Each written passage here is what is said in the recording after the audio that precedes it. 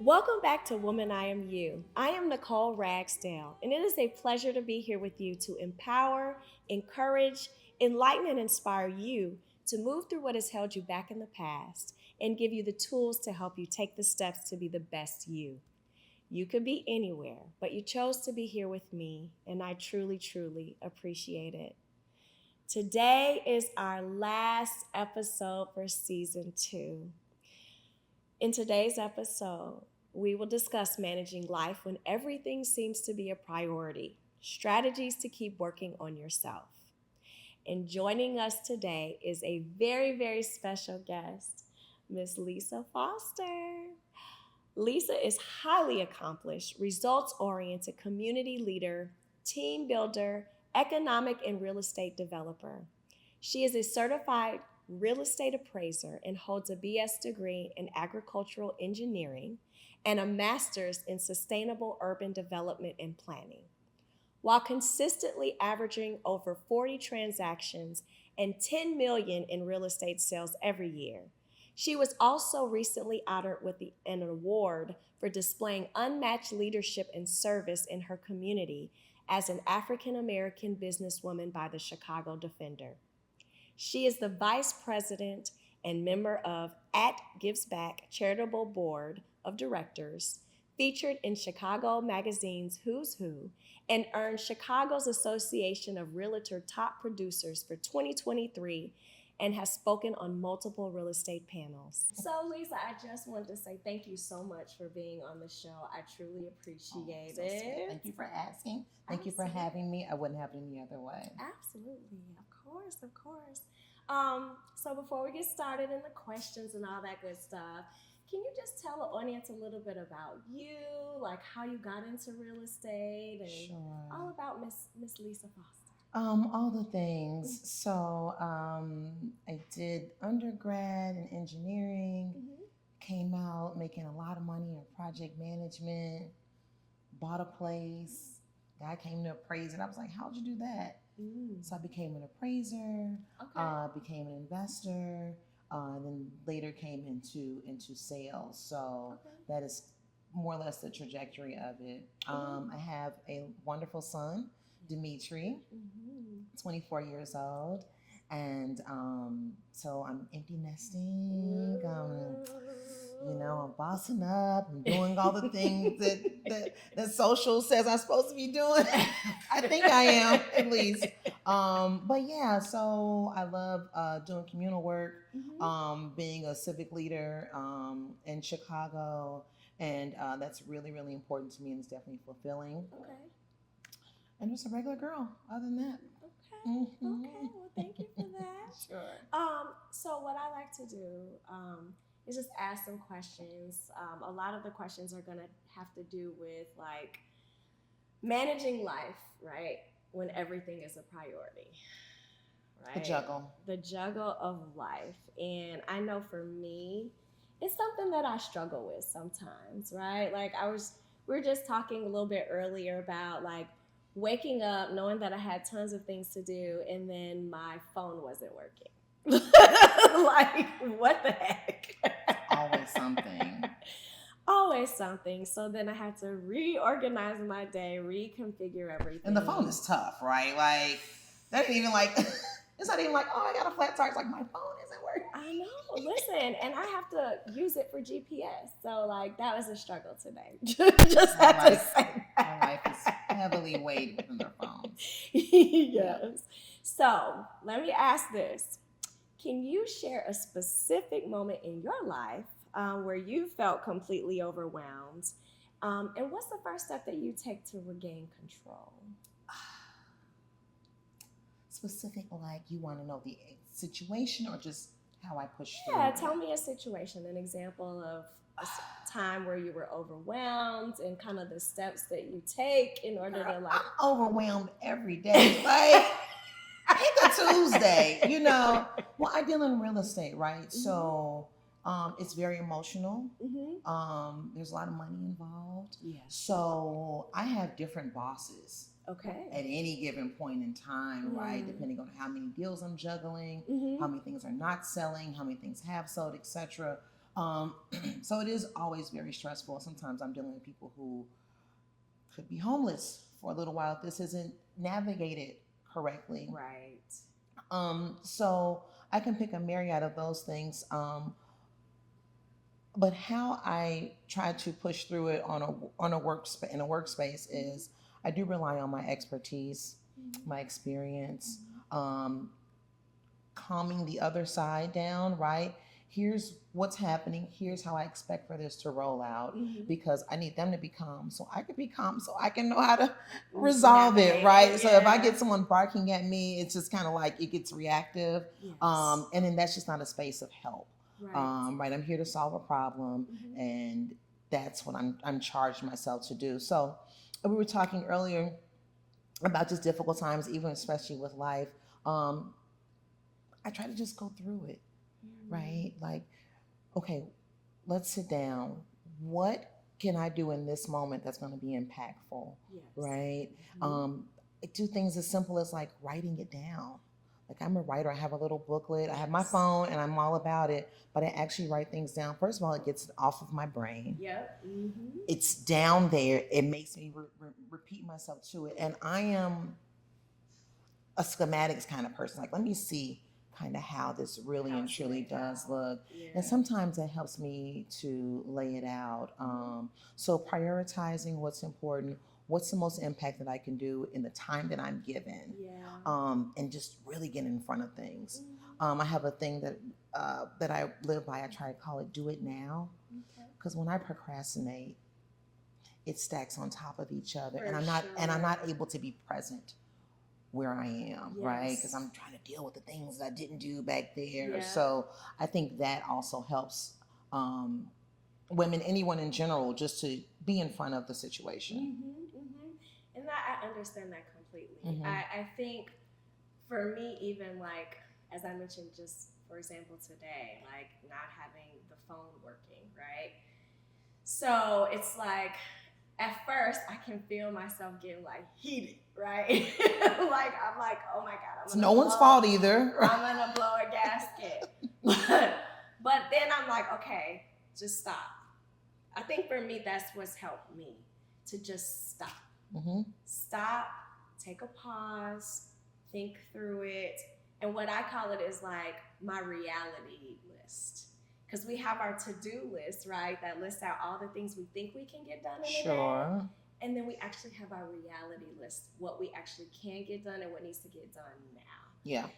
So I don't know. I think that's something that's really helped me. I love that. Yeah.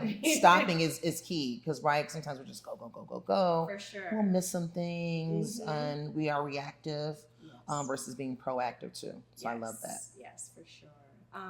Do you believe that work balance is a myth? And how do you define balance in your own life? Balance in a way where maybe it's not necessarily equal. Okay. But it may be what I need at the time. Okay. Sometimes I need to be a workaholic at the time. Okay.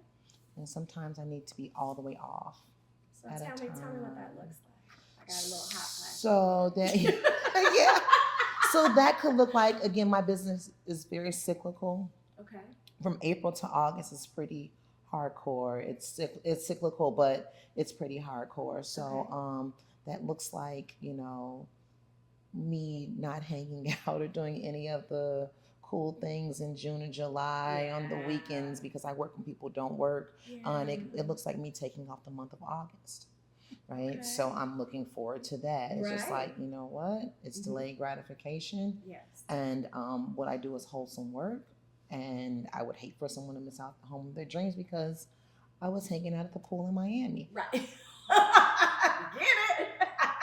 But you might want to still be at the pool. I still want to be at the pool. I still want to be there. But I just know that. And it's also like delegating too, right? Yes. So it's not saying, oh, you can do the Miami thing, but you have someone there that kind of watch your back. Yes. So work-life balance also looks like me taking care of me first.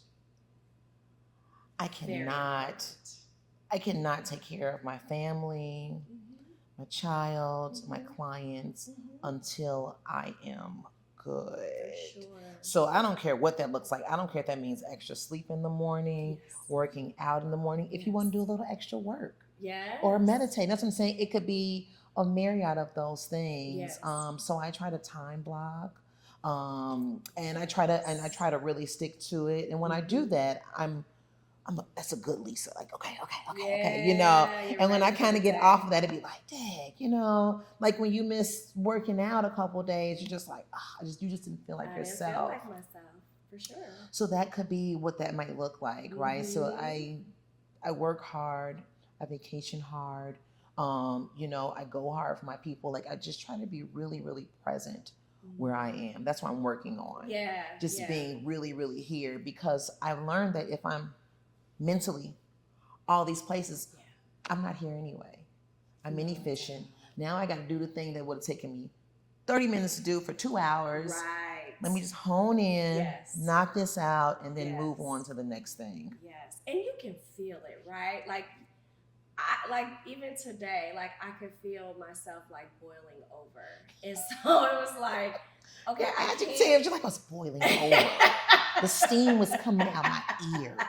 I mean, I'm sure you can talk Yeah. to my husband and my kids, and they can tell you when it boils over, it's not good. And so This is my first time hearing this, but I'm enjoying it. But this is definitely something that I'm working on. Mhm. Is again just pausing and just saying, you know what, stuff is always gonna happen. Mhm. Stuff is always gonna it's not gonna ever look perfect. It's never gonna look True. like exactly what you think it should. True. So rather than having that kind of emotional response, it's just time to just slow it down. My baby, my youngest, Mhm. and I probably mentioned this before, plays baseball, Yeah. and he's been interviewed about his game, and I'm just gonna give him a shout out. He hit a whole grand slam. What? Go play. At a perfect game event. So very proud of him. But one of the things that they asked him was, in times like that, right, where you got bases loaded and you have everybody like excited and like, ooh, I think it was 2 outs already, right? Pressure. So it's a lot of pressure that's Yeah. put on you. And on top of that, we had 2 rain delays, which caused us to be really close to not catching our flights. Oh my gosh. Not only that, you have to win the game. We have to get to the airport. Chop, chop, dear. Chop, chop. So we literally almost pulled him before this bat, right? This has got to go in your book. Yes. So we basically, going back to what I was getting to, is that they did an interview with him. And one of the questions they asked him is, in a situation where you've got all that pressure on you, what do you think, how do you stay calm? Like, how do you stay focused in that moment when all of these things are going on around you? And one of the things that I'll never forget is he's like, I slow down my game. I take all of the things that's going on around me and I just act like it's not there. It's just me. That's a pro answer. Look, I'm sitting here like, what did he say? Because I'm sitting like, I hope she's not asking me this. Because I don't have the answer. Wow. Yes, he's like, I just slow it down. And he's like, those are my favorite times, is when there's all the pressure. Wow. Because it just, for some reason, he's excited about it, but he's able to slow down the game and able to focus so he can do what he needs to do. What I also hear is that he's relying on his training. Yes. I got it. It's a quote that I love. It's called, it's by Michael Jordan.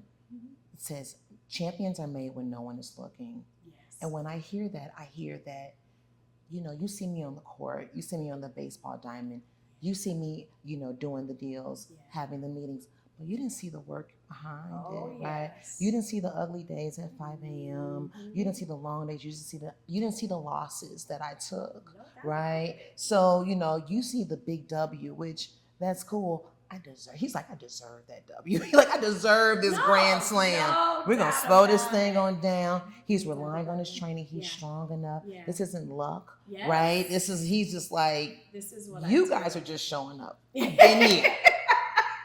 He's like, I've been here. I know this is supposed to happen. I love that. Yes. At that young age. But like you said, it's also because he's seen failure too. At 12U, I've seen him strike out 6 times at a major event. And that is gut wrench. Yeah, he didn't like that. I didn't like that. Yeah, he didn't like that. But some people will allow that to let them say, I can't do this, and just quit. But for him, that drove him to like want to do better. Like he told me, he was like, that will never happen again. And I'm like, well, I don't know about that. But You're like, all right, bro. Okay. I love that. Yeah. What a strong will. Well, that also speaks to what you guys are instilling in him, the level of confidence that you're putting into him, letting him know that it's okay to fail, right? It's okay. That's okay, babe. Lick your wounds. Go back out there. That comes from home too, because he was learning it somewhere. Not that he couldn't have learned it out, but it's a lot easier when it's a nurtured environment. Yeah. Well, right? I will say this, and I'm not going to make this about me. But go ahead. But I will say, I think because it's something that I recognized that maybe I didn't do early on in my life. So as I've gotten older and I've been able to reflect on things in my life, there are certain things that I want to be different for my kids. Right? And I want them to see the world a little differently and not want to be perfect. But when things don't work out right, how do you solve the problem? Sure. How do we fix it? How do we make changes? Sure. How do we do something different the next time? So I think that's really what it's not. It's not because I got it all together. It's because I didn't have it all together. I still don't. We all a work in progress. Sure. But I take the experience and I try to do something. But aren't our children a mini reflection of ourselves? They are.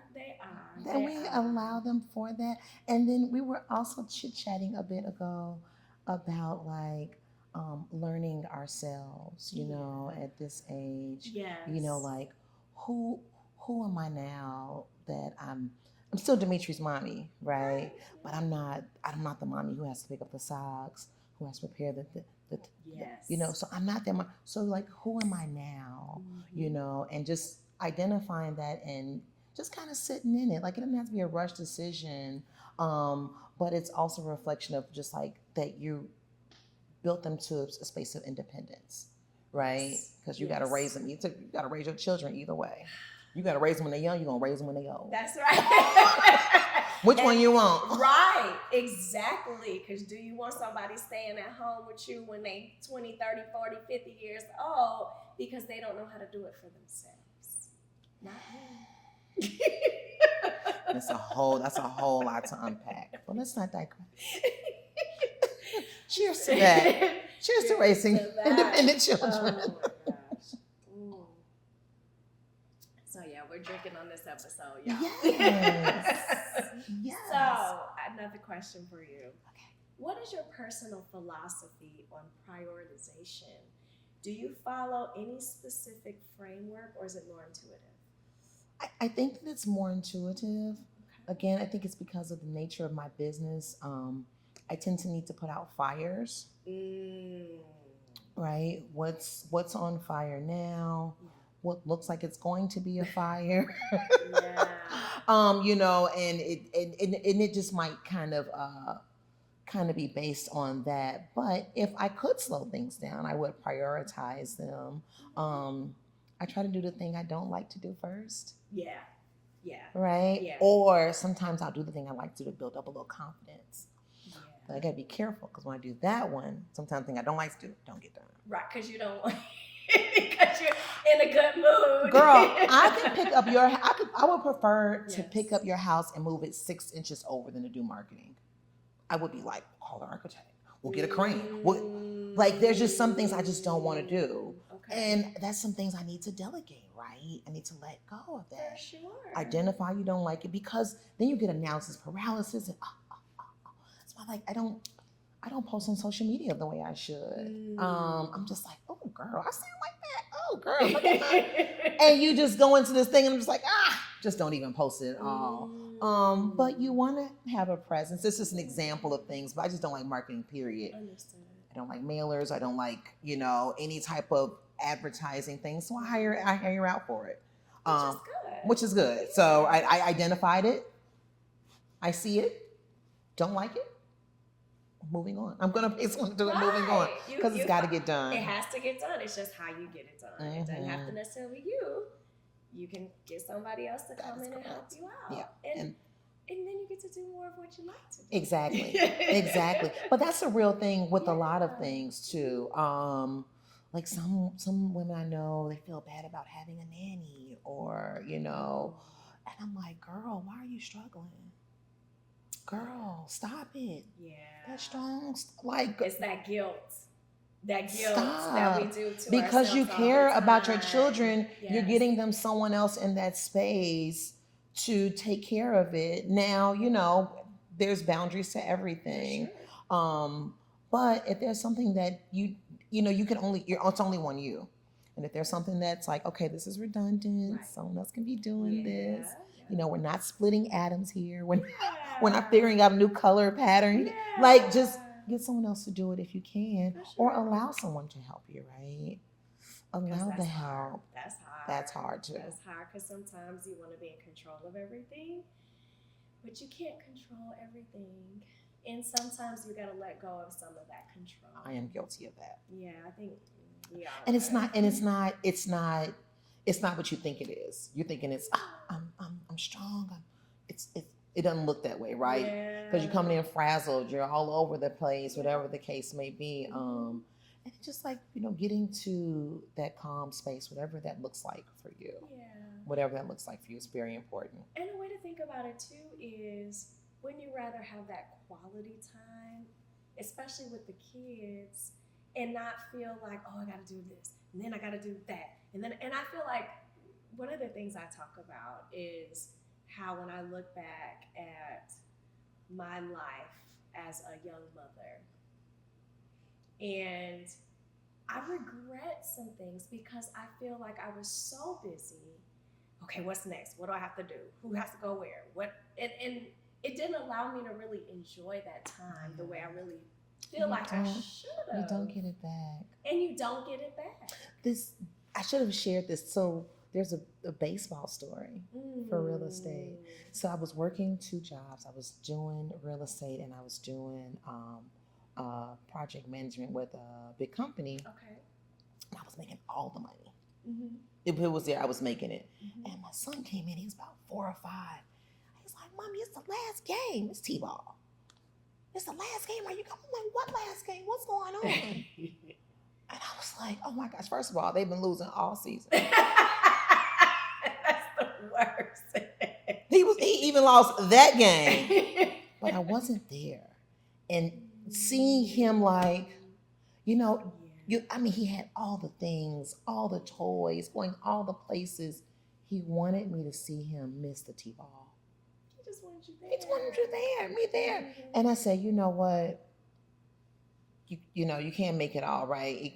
And so that really started my transition into this space of real estate alone. Yeah. So I think I quit corporate in like 2005. And so since then. And it allowed you more time. It allowed me more time. Yeah. Quality time. And I could kind of maneuver my schedule around the important things. I just I book baseball like it was a meeting. Right. No? Yes, absolutely. And you know what I stopped doing too? Yeah. Expressing to people why I couldn't do it. Well, can you do at 3? No. Well, why? No. Because I have something else I have to do. Well, they don't care why. They're looking for an excuse to combat what you are doing, right? If I wanted to do that, I would just, and that took me a while to do too. Yeah, same. That took me some big girl panties to like, stop explaining that. Like, stop doing all of that. And if it's a safe space, I don't mind sharing it, but like, you don't have to feel obligated to share that because it's just what you want to do. And I'm going to honor when you say you can't do it.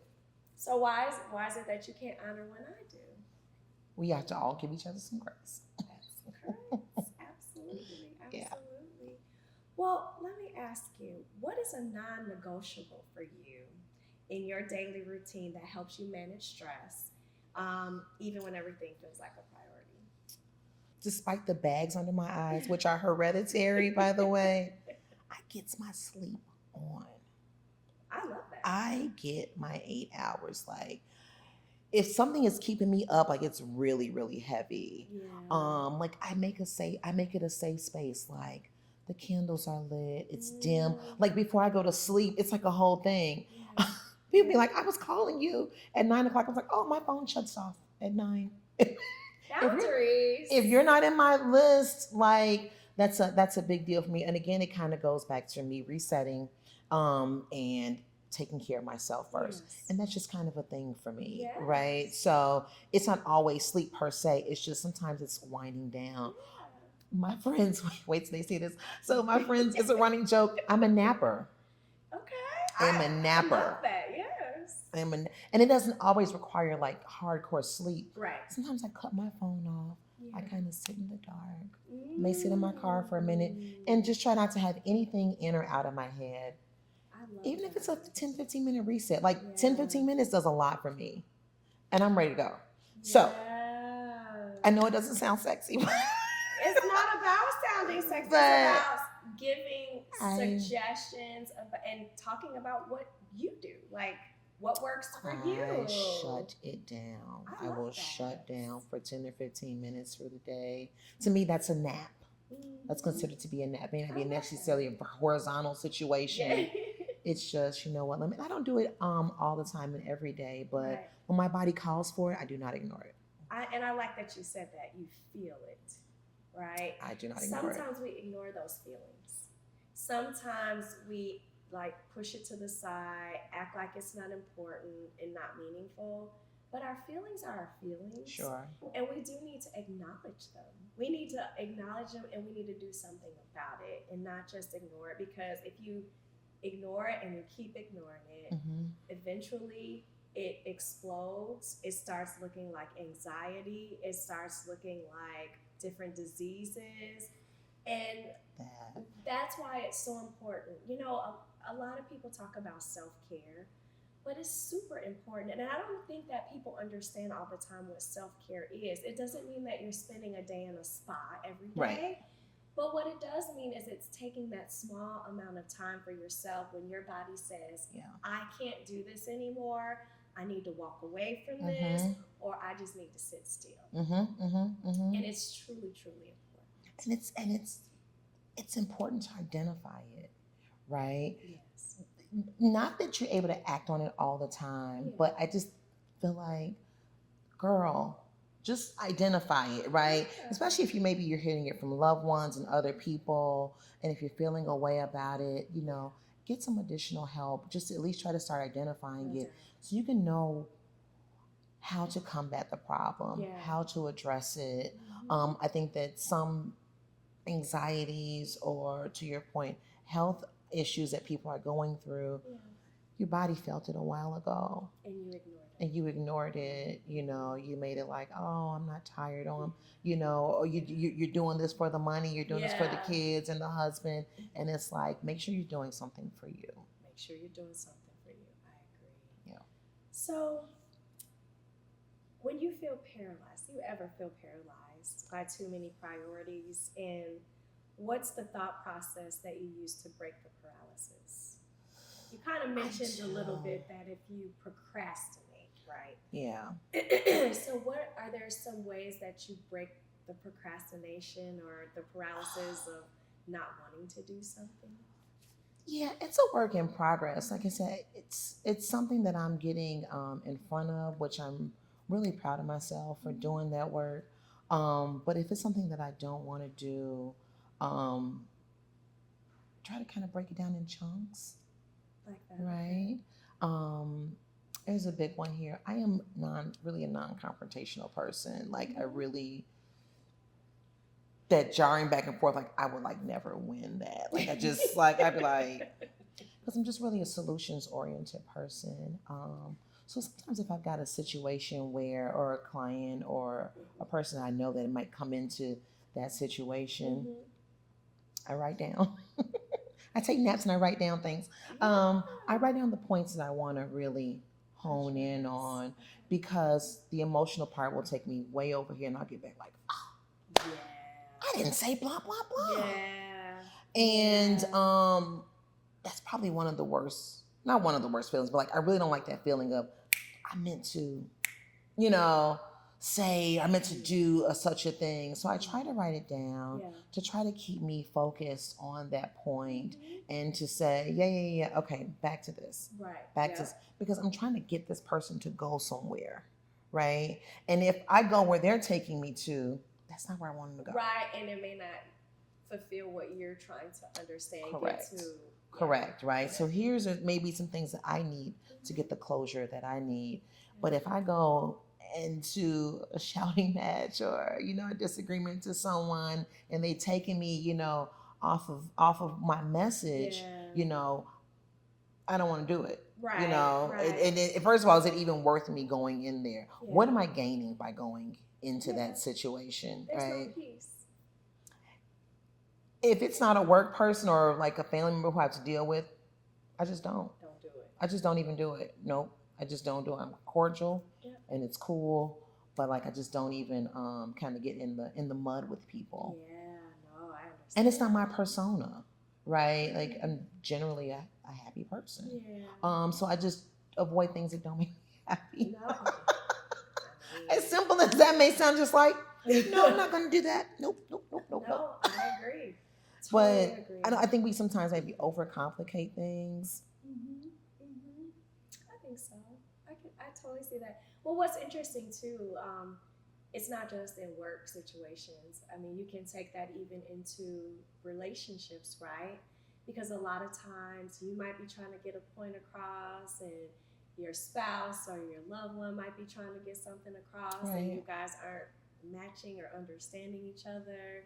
And so sometimes like writing down like what you actually want to say or what you're trying to convey kind of helps take that emotion out and really just gets the facts out, so that you can communicate versus yelling or screaming or being angry and emotional about things. I was watching this thing on Instagram. Instagram's part of my therapy too, just for the record. But I was scrolling one time and I saw this great tidbit. I'm going to mess it up, but I'm going to try to get it across. And it was saying something to the effect of, just because you say something and it's true or true to you, it may not necessarily be what needs to be said in the moment or not in the delivery, because the way you may deliver it overrides what the actual message is. No, and I was like, oh.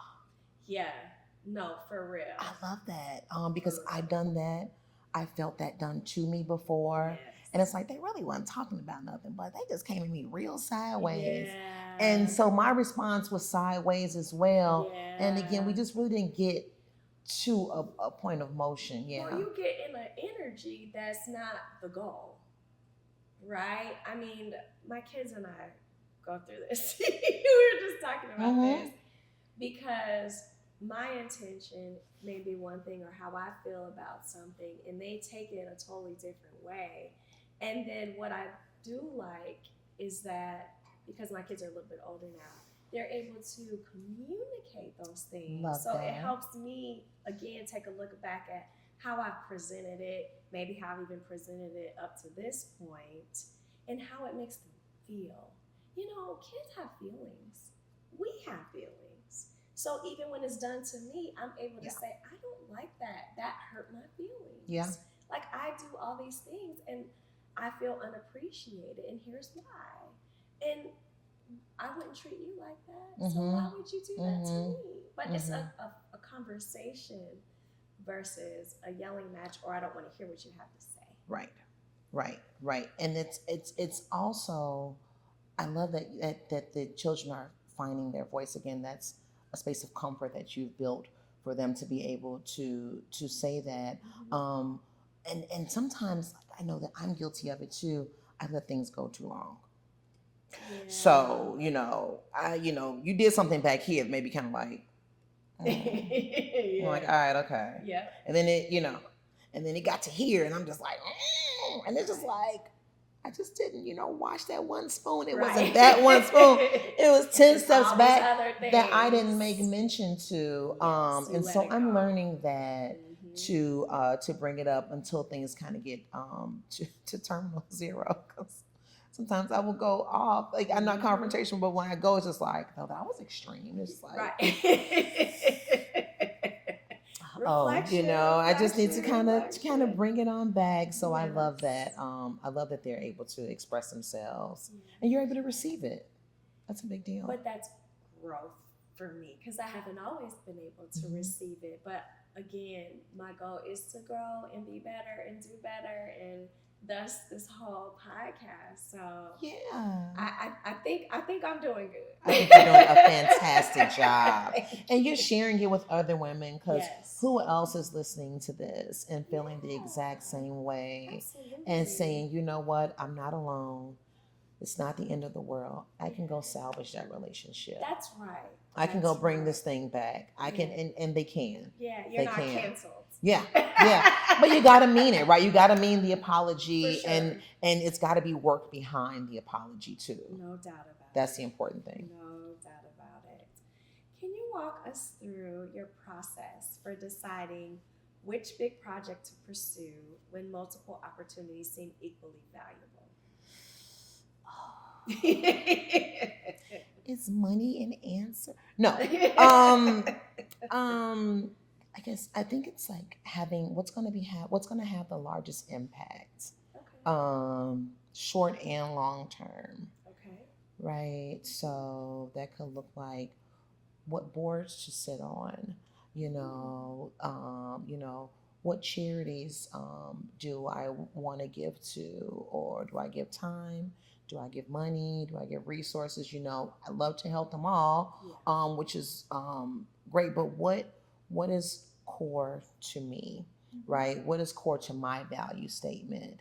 And so that's where I want to put most of my energy into. So my process is more so to think of like, what is the biggest impact going to be over time? Sometimes all money is not good money, right? And sometimes you're like, okay, let me do the longer process to get the bigger impact. And what will be a big step in for my community and my company. What does that exactly look like? So I try to think of things in a holistic space. And who else will it be impacting also?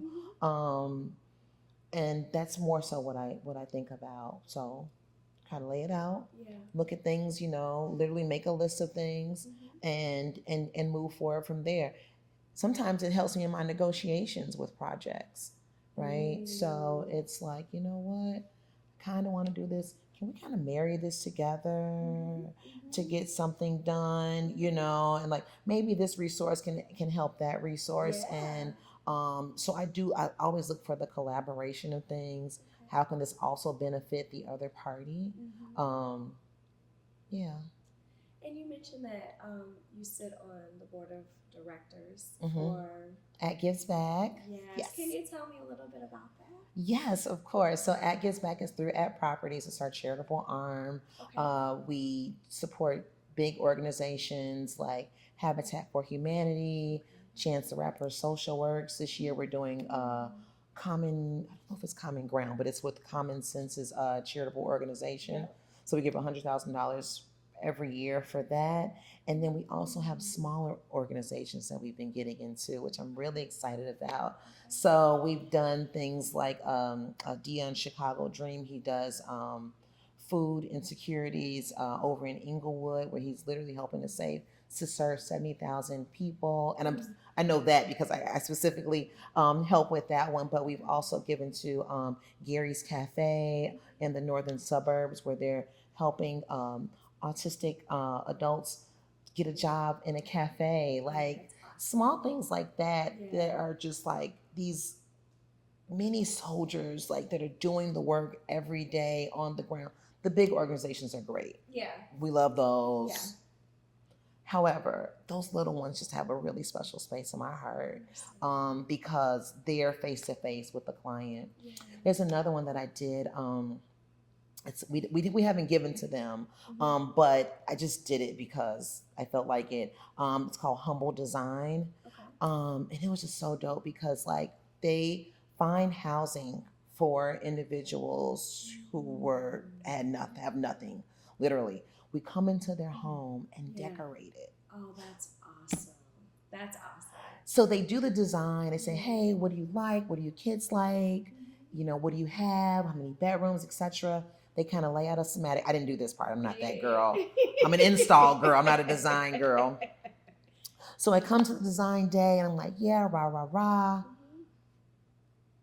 We put everything, I mean, like they literally just had the clothes in the closet. And we put everything on the walls. We put the beds up. We put dressers up. So the son liked one thing, the daughter liked another thing, mom liked this thing. I mean, mattresses, sheets, towels, forks, everything that we take for granted. Yep. Understood. How you know, nice. Me and you at Crate and Barrel like, no, they charging $25 for a plate. They didn't have plates. Yeah. Yep. Then they come home. So it's like a surprise. I am no good. Because usually when you give, right, you kind of give and then it gets done and you go home and you, but to have them come home like that, like, I gotta just, because girl, it's just like, again, the things we take for granted, and they were just so excited. Then we just spent a few hours of time. Like, it's things like that that people can do to make an impact. It's not always about the money.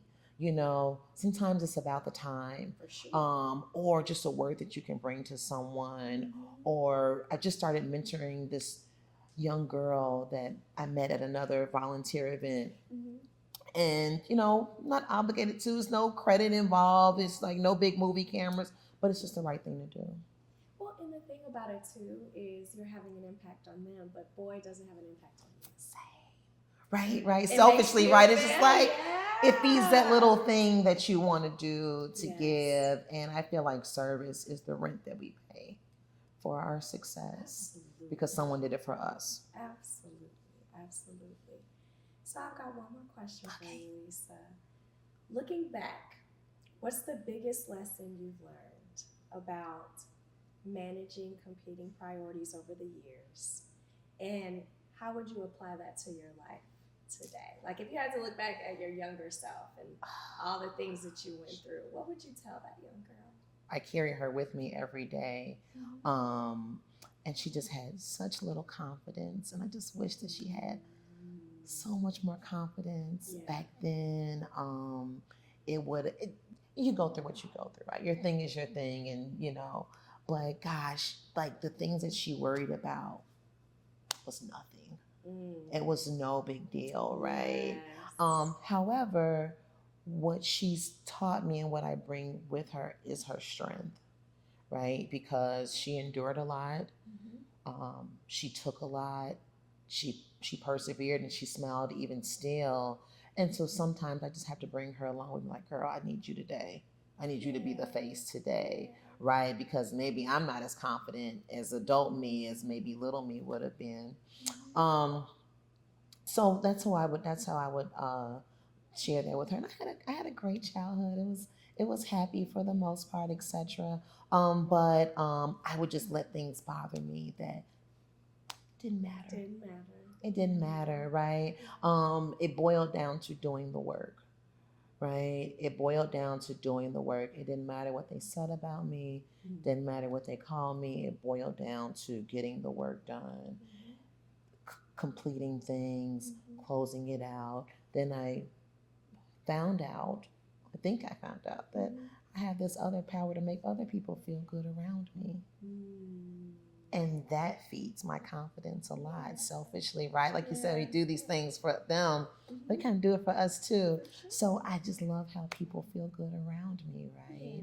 I think Tracy Ellis Ross has a saying where she's like, I know that when people say that they love me, it's not that they necessarily love me. They just love who they are around me. And I love that. I love that too. I love that, giving them the confidence to just be their authentic self. No judgment. Girl, let it fly. Girl, I'll hold your hair. Girl, give me the purse. Go for it. You want to get on the table? Let's go. Yes. Whatever you need to be in this moment, it's a safe space. And it's okay. It's okay. Yes. It's okay. Yeah. So the confidence, I think that I wish I had back then. I got plenty of it now. Yeah. Don't feel bad for me. But I had to get through that. Yes. Yeah, I had to get through that. I think we all have a little bit of that in us. Mm-hmm. But I also think it's that confidence, just to take it back to what we're doing and talking about managing our priorities. It's that confidence that allows us to see ourselves, know that we're doing the right things, take the step back, and be able to prioritize. And it'll get done, and it'll be okay. Yeah. Thank you, Lisa. No, thank you.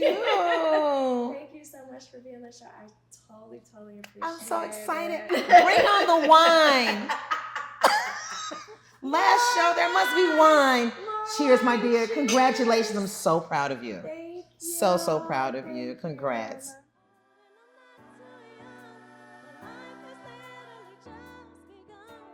Thank you so much again for being on the last episode of season 2 of Woman I Am You. I hope that you were able to take some gems from our discussion to implement the changes you are looking to make in your life. We would love to hear your feedback and also to hear your stories of how the podcast has helped you to create those changes. Please feel free to email me at womaniamu@gmail.com and or DM me on Facebook or Instagram at womaniamu. Remember, there is no magic pill, no one way to do life. We are different, we are unique, and we are deserving of the best. Going on this journey with you is very healing for me. I get to learn just as I hope you learn from this podcast. Ladies, please stop hiding your gifts and talents from the world because the world needs you. We are all in this together because, woman, I am you. To watch and listen to the podcast, please subscribe to my YouTube page at Woman I Am You Pod, tune in on iHeartRadio, stream on Apple Podcast, listen on Spotify, and follow me on Facebook and Instagram at Woman I Am You.